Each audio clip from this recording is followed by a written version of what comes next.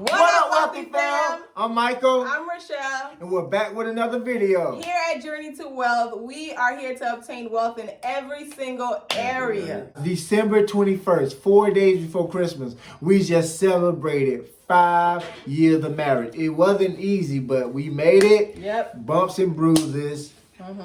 Adversities, trials and tribulations, disagreements, hard times in this journey. And so with this 5 years, we brought you today's video, which is the story of how we met and how we got together and how that happened. Actually, it was more than 5 years ago, 6 years ago. True.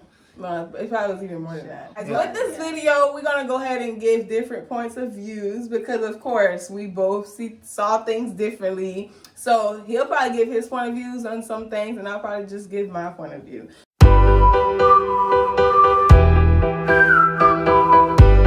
Where did we meet? Well, we met at elementary school while I was working. I was a custodian. Janitor. I was a custodian. Listen, never call a custodian a janitor. That's so disrespectful. You know what I mean? One time I called this lady I saw sitting in like Starbucks or something. I was like, "Oh, you're a nurse?" And she rolled her eyes and said, "No, I'm a doctor." I'm like, that is a big difference, though. A janitor and a custodian is the same thing. The moral of the story is do not mix it up. Anyway, I was a custodian. She was an after school. I'm about to say director. Director. Yeah.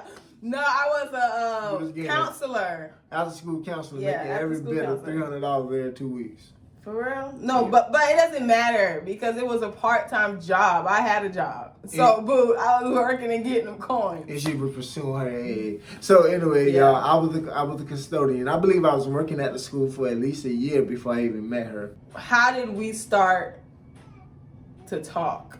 What was our relationship like? Oh, I met Rachelle and I just strictly wanted to talk to her on just a co-worker basis. I didn't really think anything of it. I didn't know we was gonna be together, but you know, I just talked to her and I thought she was a nice person, and just to go back and forth, and we talked about God, and that was very interesting to see somebody that was interested in God and they was interested in knowing more about God, so that intrigued me to want to know her even more. So it was just a co-worker basis, just to see how she was doing and to get to know her.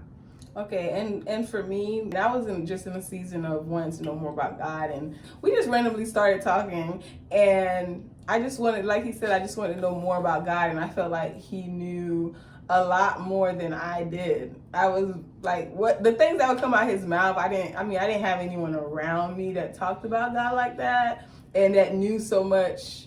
That was, I don't know, that could hear God like that, that knew about the different things of God like that. And I was just like, okay. So I asked him to be my prayer partner. And I said no. Yeah, he said no. He didn't want to. He didn't want to create a soul tie with me. Right, because it's a dangerous thing. It's okay to have prayer partners, but sometimes when as a woman, opposite sex becomes an attractive woman. Yeah, you're very attractive. You know, the Bible talks about don't let your good be evilly spoken of. And I was in a previous relationship where I became a quote unquote prayer partner with a young lady, but eventually it turned into an ungodly soul tie. And most of the time when a soul tie become ungodly, is because of activities that took place within that relationship. So I was very careful on how I approached a woman when it came to God, because it's a thin line from being godly and, you know, mischievous or ungodly. So I objected and said no. I could admit that I think I was a little interested in him, but only because, like I said, it was like a God thing. It was like a godly connection. It wasn't, and I thought he was handsome. I thought he was cute, but I think I was really drawn to you though because of your anointing, your boldness in Christ, your stance for God, and all of that stuff. So how did we exchange numbers? How did we? Yeah, I'll tell you. I was clocking out, and I believe you asked me for my number at the clock out machine. I don't remember, but I would think I did. We we're following each other on social medias, and one day at the time machine, you asked me for my number. I don't recall, but I would say I asked you for my number because of the type of I asked you for your number because of the type of person you are. I don't see you asking me. Yeah, I would have never asked you. Right. For sure. So what were your feelings like, and what was our relationship like after exchanging numbers? Well, my feelings were still cool. I thought you were a nice person. I didn't think about think about us being in a relationship. Yeah. And I can't even say I liked you in that way, but I did think you was a cool person. So go ahead and talk about where you were with as far as getting in a relationship though. Oh, I definitely was seeking a relationship. But, I had my idea of what I wanted a relationship to be like. Meaning what? Meaning I was willing to date. I was willing to date until I found it. So my idea. So do you thought you were dating then? Is that what that was? I was definitely dating, talking to young women. So you didn't feel like you just got out of a serious relationship and you wanted to take it easy? Nah. So you were ready to date. The easy part was getting over that. So were you over that though? Were you really open to dating? Were you really looking for the next woman? See, you trying to get deep. No, I'm really asking. Like, I'm really curious.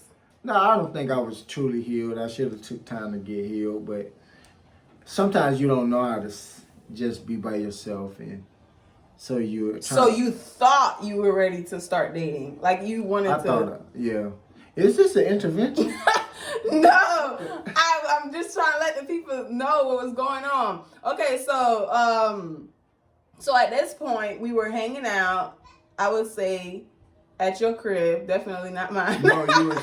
The realness of it, she was taking me to Walmart a lot because I used to have to get. No, but we were watching movies, so I was saying we was hanging out. No, not at this point. Okay, so I'm going too fast. Okay, rewind. He had just got in the car accident.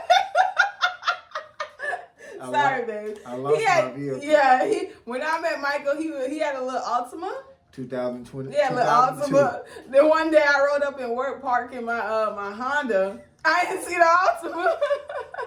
So then when I heard you weren't at work that day, and they was like, "Oh, Michael's not coming," I was a little disappointed because I think I like coming to work and seeing you.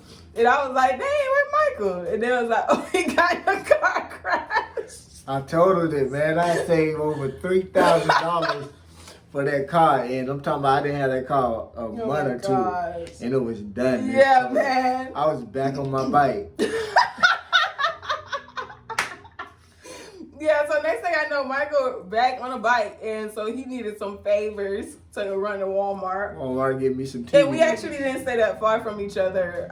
We stayed like maybe 5 minutes. Maybe 5 minutes. Yeah, he was actually really close to my house, so I'll do him that favor and help him out or whatever. And then okay, and then our relationship developed into us hanging out, right? Yeah, we was friends. I didn't think. Yeah, it we were developed for friends. us to be friends. Yeah, and then we were hanging out, watching movies. Wait, as I was doing him the favors, he also needed to move out his mama's house, so I helped him move with my daddy truck. Sorry, daddy. Can I talk about that? Listen, y'all. She didn't know. Like, this is an amazing thing. This is what in retrospect, from a certain place in my life, then I understood who she was and why she was in my life. Right. She moved me out of my mother's house because I came home and there was an eviction notice on the door. Mm-hmm. And I had, I didn't know what I was going to do. Mm-hmm. So I called Rachelle. Her daddy was in Haiti. You hear this, Dad? You may not know this. He don't even got a truck no more. She took his truck because I called her. I said, Rachelle, there's an eviction notice. I have nowhere to go. But my brother said I could come live with him. And she stole her daddy's truck. All of a sudden, it's dark. It's pitch dark outside, and I just see this little truck, headlights coming over the hill. And this is this little ugly, beat-up truck. Yeah. And all I had is a nightstand, a bed, a mattress, bowstring, and like headboard, and all my clothes. And she helped me put it all on the back. And we got the we got the stuff to my brother's house. I just wanted to put that in. That's just how amazing this woman was. Yeah, I was a ride or die, period. Right, and I didn't even understand right then, but it's all gonna make sense. Yeah, so so then our relate, like I said, so after he moved with his brother, then we started kind of hanging out, because I don't think we ever hung out at his mom's. We was hanging out where he was living with his brother, right. And we would just watch movies and chill. After hanging out and chilling, Michael took our relationship to the next level and he kissed me. I don't recommend kissing people before you get married, guys, but yeah, I kissed her. Okay, go ahead and talk about why you kissed me. I liked you at this point, and I'm like, dang. Then I reached over and I kissed her. But here's the thing. She kissed me back. Here's the thing. You don't want to complicate a relationship that you're not ready for. Listen, when I gave my life to Christ, I know this is off topic, but when I gave my life to Christ at 18, I cut off sexual perversion, because I was serious about God for 4 years. Good job, baby. That's true. Good job. It's in your mind, baby. Good job. That's no, really, good job. Thank you. Save yourself. Period. Okay, so. And if you're married, give it up to your husband or your wife as much as you can. Whoa. Unless you fasting and you praying, give it up. Hey! Shut up. Wow. That was, After the kiss, what happened? Yeah, let's get into this. I got to talk first, because you just be doing the most. So let me just go first. This is where our relationship took a turn. What? This is where our relationship took a turn. Da, da, da. It gets crazy over here. So, I was at Palm Beach State being a good girl, doing my work, you know? I was in the library doing what I do. Homework, getting my money. Trying to get your AA. All that. So, I was talking to him. I was like, yo, so we hanging out tonight or what? You was texting me. Yeah, I was texting you. No. Yeah, I was texting at first. I was like, we hanging out or what? And he was like, oh, I don't think I can tonight. Something like that. And I was just like, oh, wow, whatever. So I remember us being on the phone, though, and he was like in a rush. He was in a rush. He was like, I gotta go. I'll tell you later. So then he hung up the phone. So I was like, no. First, he actually gave me some information, though. He was like, I'm going to Palm Beach State. I'll tell you later. That's mistake number one. He should have never told me he was going to Palm Beach State, because I was at Palm Beach State. But he ain't know that, because he was too busy trying to get off the phone. So I was like, okay, what's at Palm Beach State? I'm at Palm Beach State. So I took a walk. Actually, I think I was walking while we was talking, because I couldn't talk in the library. So as I was walking, I was like, what's at Palm Beach State? In the grass was a sign right there from the Lord. It said auditorium. It said talent show at the auditorium. I said, oh, cool. He probably over there, so let me go see what he up to. And let me just also say, there was a reason for this, because I felt like you weren't being totally honest. He wasn't being totally honest with me. We are detectives and investigators, us women. So that's what I did. So I felt like I didn't know what was going on. I was like, something ain't right, okay? Trust that instinct, ladies, all right? Trust it. So I was like, something ain't right over here. So I went to the auditorium, and lo and behold, who do I see? Michael. Now tell us about, you getting to that place, that you going there or whatever. Oh, no, my friend, a young lady. You know who you are, man. Don't be talking like she watched these videos. No. Hey, sis. A friend of mine invited me out to a talent show, so I went. And, you know. But I was a friend, and she was a friend. So let's just keep it at that. Yes. I was a very young man. I should have got my glasses for the investigator part. These are my glory years, y'all. I'm 31 now. This is when I was in my early 20s. In your prime. Yeah. Prime like real. It's about to get real. It is. I switch it up. Like Aunt Ville. You remember, because they had the light-skinned Aunt Ville? Oh, yeah. And then the dark That's a good one, babe. Yeah. Anyway, so I got invited to Palm Beach State with this young lady, you know. But I knew the young lady liked me. And I had an idea that she may like me. I didn't know I complicated the relationship. Mine or yours? No, your relationship, our relationship by kissing you. Because I didn't think nothing of it. Okay, he didn't know how I operated. Go ahead. So you went to the auditorium? Yeah, I went to a talent show, and I'm just enjoying it. And I don't remember everything like how she's calling for. speaking of, I was there. But I believe, I wasn't honest with her because I just didn't want her in my business. And I felt, for me and you, because we're not in a relationship, why are you questioning me so much? I see Michael and his friend. So then I was purposely texting him while I was in the auditorium just to see what he would do. So I would text him little things, just different things, just to see how he would react. And he was like pulling his phone on the side. So I was just like, he being a little sneaky. So I was talking to my homeboy for advice, and I was like, yo, this was happening. Let me catch you up. I was like, let me catch you up. This was happening right now, and this was going on. And then he was just like, please don't let them see you. Please don't let them see you as you leave it. And he's like, you need to leave the show before the show is over. I said, all right. I enjoyed the show. I ain't gonna lie. Did you remember the show? I think it was praise dancing and all. No, it wasn't. It was Elsa and Anna. It was like Frozen. I don't know. He wasn't watching the thing. I just was enjoying my outing, dude. So I was like, he was like, yeah. So y'all, I had a hoodie and I was like, I gotta get out of here. So I hurried up and got out. And then I was like, should I drive to, because he actually had, when I was texting him a whole bunch of stuff, he was like, come over later after the talent show. So I was asking my homeboy, I was like, should I go over now or should I wait? He was like, just wait. So y'all was getting advice from another dude about this dude. Very sad, man. No, it wasn't sad. He was protecting your girl. I ain't do nothing to you. Whatever. You was being sketchy, shady. Shady. You was looking like a liar. I wasn't looking like no liar. You wasn't looking like a liar. I was looking like a snack. You was looking like a snack. Anyways, so later on, he was like, okay, you could come over. So I was like, all right, tell my homeboy, all right, talk to you later. So I rode my whip. I rode my whip around because I was around the corner, and then I was like, he came out. He was like, "Oh, you look beautiful." And I was like, "Thank you." And then I was like, "So what? How was your night? Where you went?" He tried to talk about other stuff. I was like, "So yeah, you told me you was gonna tell me what happened." Like I ain't know nothing. Okay, like I ain't just come from that auditorium.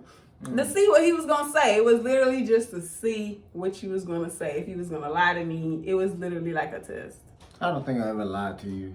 Yeah, but you was being a lie. You was acting funny. No, I never lied. And I thought we was better than that. You know? I thought it was better than that. Especially if you thought it was just friends and nothing more. Like, you should be able to tell a friend that you was with a friend. That's how I felt. Well, maybe you was too much into my business. No. Yes. Maybe it was too much into my mouth. Oh! He refused to tell me. Could you tell us? Well, you already said why. You said you didn't think I should be in your business, right? Yes. Yeah, so he didn't feel like I should be his business, and I just wanted him to just say he was with his friend. That was it. I wasn't gonna be mad if he Why was that so important? Because I wanted to know the kind of person you are. Why was that so important for you to know who I was with that night? Because I feel like if I'm a friend, she a friend, you should be okay to say, hey, I was with a friend. Yeah, so he refused to tell me where he was, and I was just like, I told you where I was. No, you did not. I told you I was at Palm Beach State. No, you didn't. You didn't give me the details that you said you was gonna tell me later. But he was just saying that for me to get off the phone, obviously.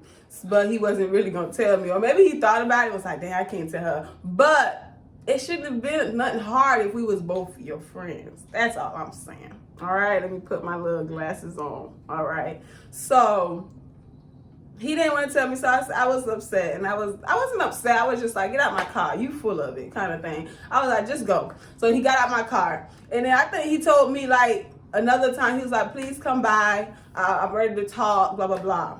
I drove by. I was looking real cute, y'all. I cut my hair a lot of times, but I had my puff going to the side. I was ready for a birthday dinner. I was like, ooh, I'm looking cute. I gotta stop by. So I stopped by, and I was like, okay, so you ready to talk? What's up? And he wasn't even ready to talk. He was wasting my time. He still was like, oh, I don't think I should tell you. And I was like, bruh, like you just had me come over, and you still not ready to talk. So why you told me to come over? So I was like, okay, get out my car. So he got out my car again, and then the third time, he was like, please come over. I want to see you so we could talk. You got a good memory, man. Yeah, I do. I don't remember none of this. Scratching make you look dirty. So I was like, I said, okay, I'm gonna come over after singles ministry. But singles ministry was so good, you know, I felt like I didn't need to go by again. For the third, you want me to come by again for the third time. You're not coming to see me. You asking me to come see you. Man. And then you wasting my time in my gas. No. Let me tell you how the church be blocking you. And this man, the guy who persuaded her to stop talking to him out. He didn't persuade me. Yeah, he did. It was a singles ministry. I listened and I took that word for myself. He's a good friend of mine now. Yeah, he is. He's an elder.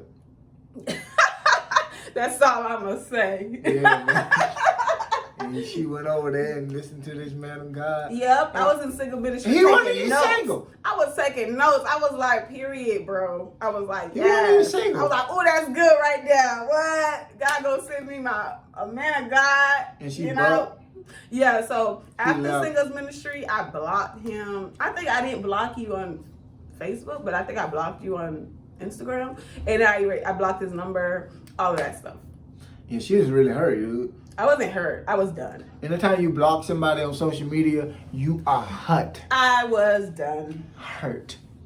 Baby, I was the queen of cutoffs, so don't play. So, okay. I was like, done. So, that was how we met and how our relationship ended. Yeah, that's how we started and ended. Listen, man. Once they go to church and get a word, they mind gonna be made up. Jesus. And I don't know if I found out right then that you wouldn't have got a word, but I put 2 and 2 together. She wouldn't have. I told you.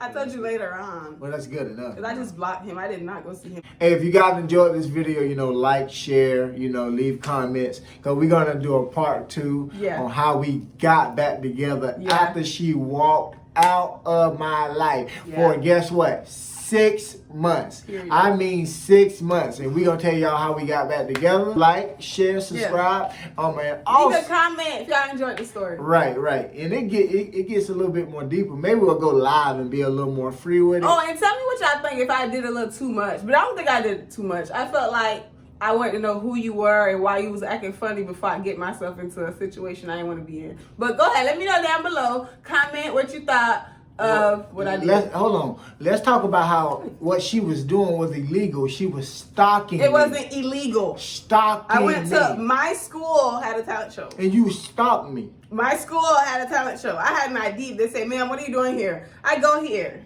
What were you doing there? You didn't go there. Let us know if y'all want to hear part 2 of how we got back together after she left me after 6 months. Mind you guys, she blocked me on all social media, so I'll tell y'all how I finally got in contact. Because how were you messaging me if you were blocked? It was through Instagram, honey. No, it was Facebook. It was Instagram. I got all the old messages, so it was Facebook. I blocked you on Instagram, though. We'll see y'all in the next video. Bye! Hell yeah.